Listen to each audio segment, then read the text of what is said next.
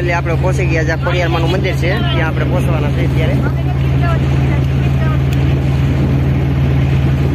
સામે કાંઠે આપણે આવી ગયા છે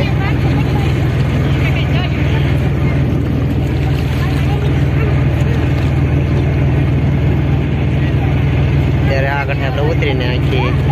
થોડું ખાલીને જવું પડીએ